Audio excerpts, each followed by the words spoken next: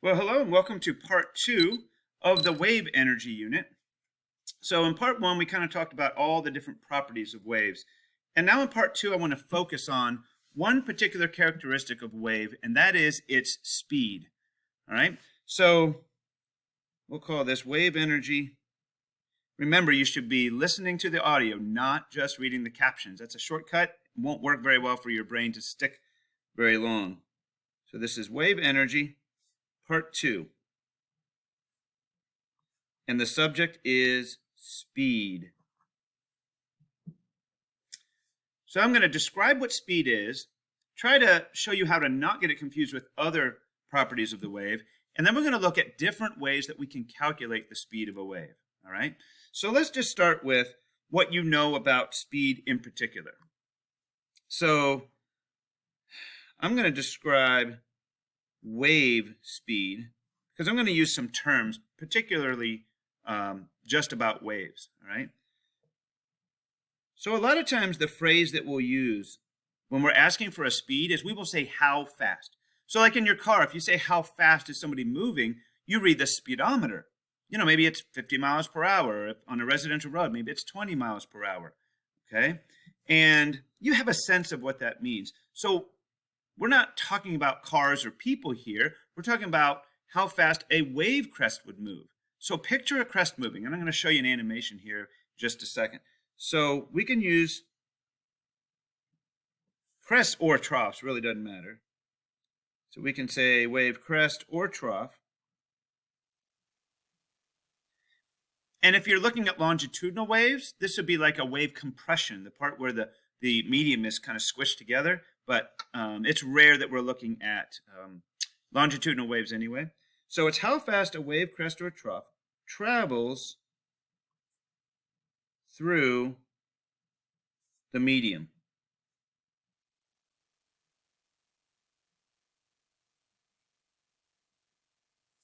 And something that we should have learned in the first part, that hopefully you've retained it, is that the speed is influenced only by the medium.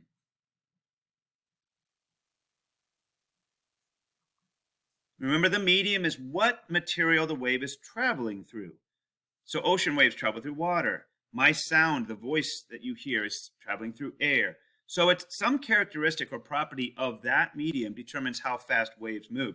I cannot control how fast my voice travels. That's totally up to the air between me and whoever's hearing me, okay? So let's look at an animation of a wave and get a sense of just what wave speed looks like. All right, so here's a little simulation just showing a wave maker and the waves that get created and how they travel like towards a window. So the wave speed that we're talking about is like if you could follow one of these wave crests, and I've got this in sort of slow motion mode, as it travels from the wave maker towards the window, that's what we mean by wave speed. How fast? If we could put a speedometer on that wave crest or surf on top of it, that's what we're talking about. Some people mix it up with the speed of the actual wave maker. This little stick that's bobbing up and down, that determines the frequency in the period, but it doesn't affect the wave speed. I could make that go faster, like this. Now that little stick is moving up and down, but it doesn't make the wave crest travel any quicker towards the window, all right? So the motion towards the window or through the medium is what we're referring to here. So I'm going to show you how we go about calculating a speed of something. And it's going to involve two measurements. First thing we're going to do is I'm going to measure how long it takes a wave crest to go from the wave maker here on the left all the way across to the window on the right. And again, I've got it on slow motion mode so we can follow it a little bit more easily. This little simulation comes with a stopwatch. So I'm going to start the clock right when the wave maker gets to the very peak, when it's just done making a crest. And then I'm going to follow that wave crest like I'm surfing on top of it all the way across, okay? So here we go now. And I'm following this one. Hopefully you can see my mouse. Traveling, and done. So 1.99 seconds. I'm going to make an easy number out of that and just call that 2 seconds because that's pretty close. I'm going to actually freeze this in place. And I'm going to grab a ruler now, because the other measurement I need to know how far it traveled during that time, the distance we call it. So I've got a centimeter ruler, and it looks like the window is about 7 centimeters away from the wave maker. So with those two numbers, 7 centimeters, in 2 seconds, I can figure out the wave speed. So let's go back to our paper here. All right, and I'll show you how we're going to do this. Now, what I'm going to show you here is what I would call a general speed equation. This will work for everything, whether it's a wave, a person, a car. So this is a general speed equation. And it's also really kind of a definition. All right, so I'll write it out in words first. So those two measurements that we made, all we have to do is divide them. So we take the distance. We're going to use this form of division. We don't use the symbol that you learned in elementary school like this. We don't use that anymore. It's kind of out now once you get to high school. We're going to show in fraction form. We're dividing by the time, okay? That can also be written a little more abbreviated. Now, we don't use S for speed. We use V. And we've used that before when we did kinetic energy. Remember, speed was indicated with the letter V. And then we do D over T. Okay, so speed is distance over time. You can say velocity if you wish. In this case, they're interchangeable, even though they're technically slightly different things. Okay, so let me show you a way to remember this, because this is actually 3 equations. But I want to show you a clever form, and you've probably seen this before, to remember this equation. And it comes in the form of a triangle. And notice what this says is, we have distance divided by the time. The distance is on top in the fraction and time's on the bottom. So in the triangle, we put distance on top and time on the bottom as well. And then we put speed, the symbol V, in the other empty space. So I'll show you how this is kind of useful. But let's use this for our first example problem, the speed of the wave in the simulation.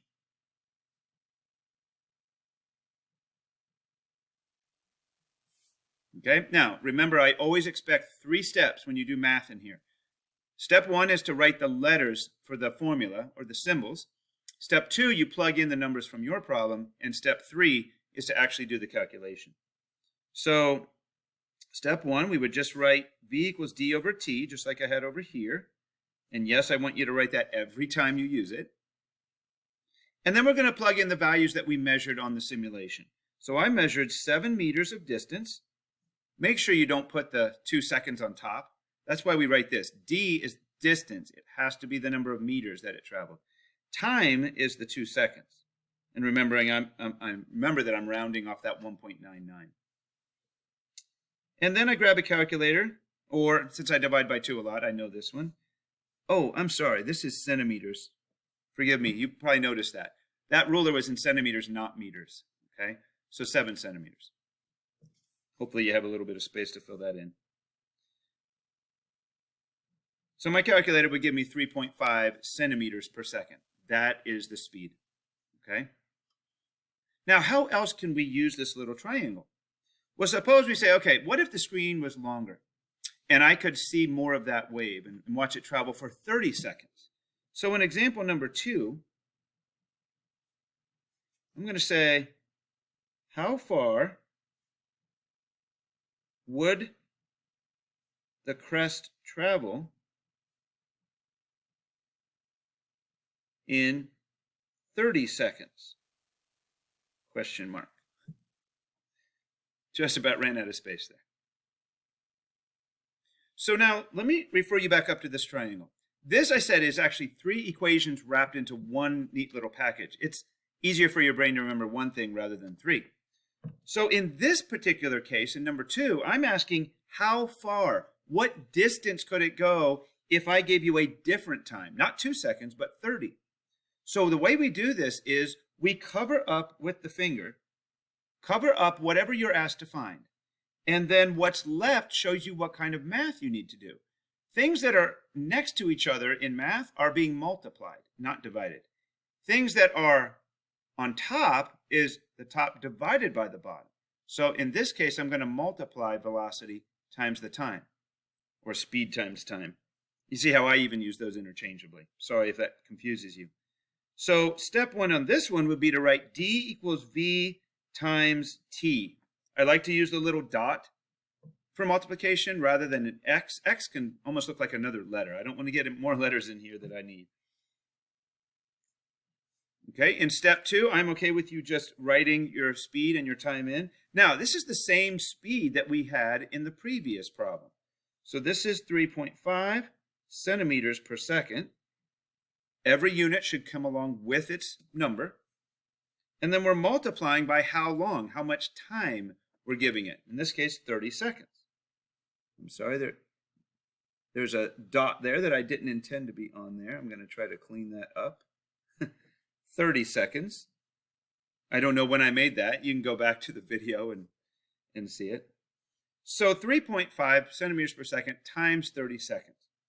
My calculator, I did this earlier, would give me 105. And since we're measuring distance, this has to have units of centimeters.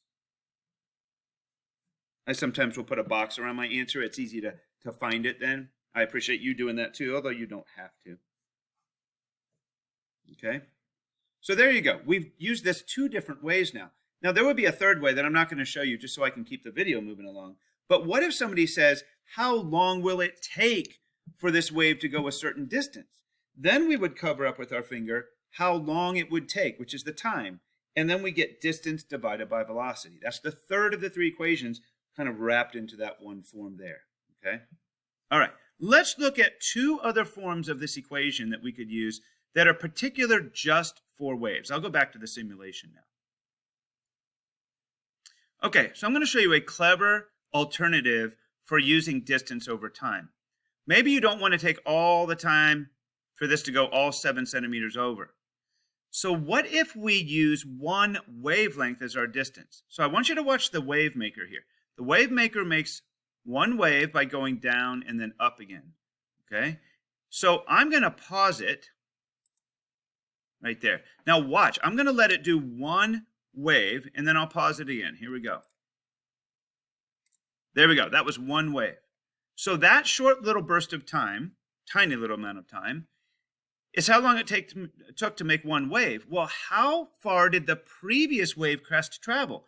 I don't know if you followed it or not, but it is now over here. Okay? So I'll do that one more time, and you can see that when I start the motion, this wave crest will move over to about, what is this, about 1.4 centimeters or so. So here we go. Watch it move with your eye. Here we go. So now it moved over to here. So what this tells us is if we use the time of one period, that's the time it took to go down and up one time, we could also link that with one wavelength worth of distance. Okay? So watch this now as an alternative. So another equation only for waves. Because obviously cars and people don't have wavelengths. So we could say that the speed is a distance of one wavelength and a time of one period. Now, some of you are stopping right now like, what in the world did he just draw? What is that thing? Well, that right there is the symbol we use for wavelength when we do it in science. And you're thinking, shouldn't we use W? Well, the problem is W is used for a lot of other things. So we don't want to just have a whole bunch of symbols all called W. So scientists went to the Greek alphabet and borrowed one of their letters. This, I'm going to show you here, and I want you to write this down as well. Okay, so that right there, that symbol, kind of looks like an upside down Y, is called lambda. That's the Greek name for that letter. They have a totally different alphabet than we have. In my room, if you're in my classroom, you can look above on the ceiling. You'll see the the Greek alphabet there in the back of the room.